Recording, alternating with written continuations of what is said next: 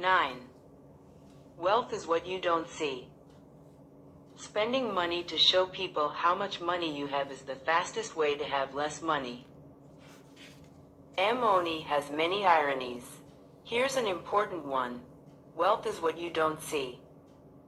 My time as a ballet was in the mid-2000s in Los Angeles, when material appearance took precedence over everything but oxygen. If you see a Ferrari driving around, you might intuitively assume the owner of the car is rich even if you're not paying much attention to them. But as I got to know some of these people, I realized that wasn't always the case. Many were mediocre successes who spent a huge percentage of their paycheck on a car. I remember a fellow we'll call Roger. He was about my age. I had no idea what Roger did, but he drove a Porsche, which was enough for people to draw assumptions. Then one day Roger arrived in an old Honda. Same the next week, and the next. "What happened to your Porsche?" I asked. "It was repossessed after defaulting on his car loan," he said. There was not a morsel of shame. He responded like he was telling the next play in the game. Every assumption you might have had about him was wrong. Los Angeles is full of Rogers. Someone driving a S100,000 car might be wealthy, but the only data point you have about their wealth is that they have $100,000 less than they did before they bought the car, or $100,000 more in debt. That's all you know about them. We tend to judge wealth by what we see, because that's the information we have in front of us. We can't see people's bank accounts or brokerage statements, so we rely on outward appearances to gauge financial success. Cars, homes, Instagram photos. Modern capitalism makes helping people fake it until they make it a cherished industry. But the truth is that wealth is what you don't see. Wealth is the nice cars not purchased, the diamonds not bought, the watches not worn, the clothes foregone, and the first-class upgrade declined. Wealth is financial assets that haven't yet been converted into the stuff you see. That's not how we think about wealth, because you can't contextualize what you can't see. Singer Rihanna nearly went bankrupt after overspending and sued her financial advisor. The advisor responded, "Was it really necessary to tell her that if you spend money on things, you will end up with the things and not the money?" You can laugh, and please do. But the answer is, yes, people do need to be told that. When most people say they want to be a millionaire, what they might actually mean is, "I'd like to spend $1 million. And that is literally the opposite of being a millionaire. Investor Bill Mann once wrote, "There is no faster way to feel rich than to spend lots of money on really nice things. But the way to be rich is to spend money you have, and to not spend money you don't have." It's really that simple. It is excellent advice, but it may not go far enough.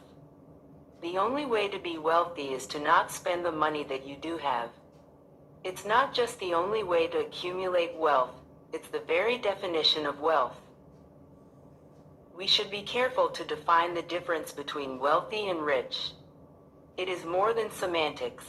Not knowing the difference is a source of countless poor money decisions. Rich is a current income.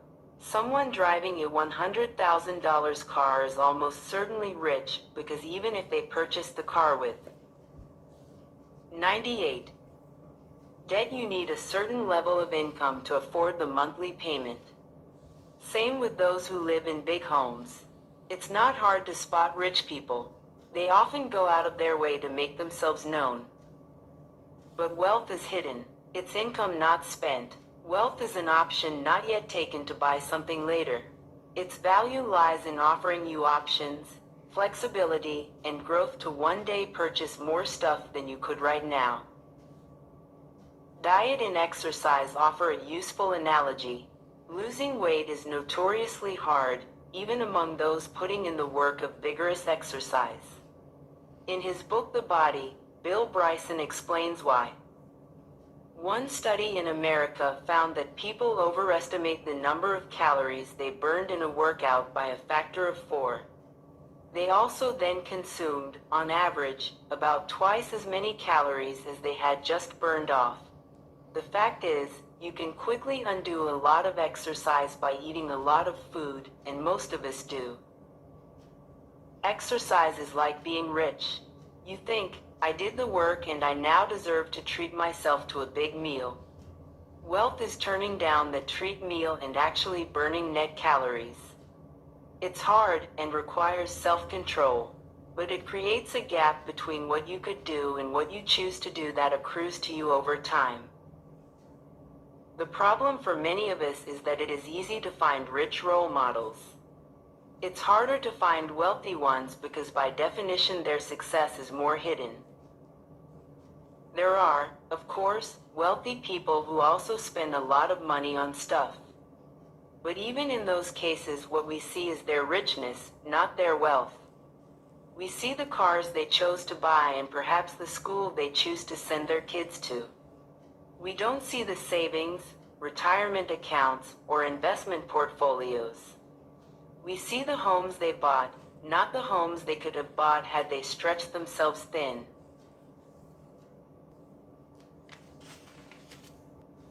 The danger here is that I think most people, deep down, want to be wealthy.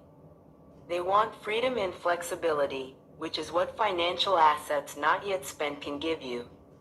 But it is so ingrained in us that to have money is to spend money that we don't get to see the restraint it takes to actually be wealthy. And since we can't see it, it's hard to learn about it. People are good at learning by imitation, but the hidden nature of wealth makes it hard to imitate others and learn from their ways. After he died, Ronald Read became many people's financial role model. He was lionized in the media and cherished on social media, but he was nobody's financial role model while he was living because every penny of his wealth was hidden, even to those who knew him. Imagine how hard it would be to learn how to write if you couldn't read the works of great authors. Who would be your inspiration? Who would you admire? Whose nuanced tricks and tips would you follow?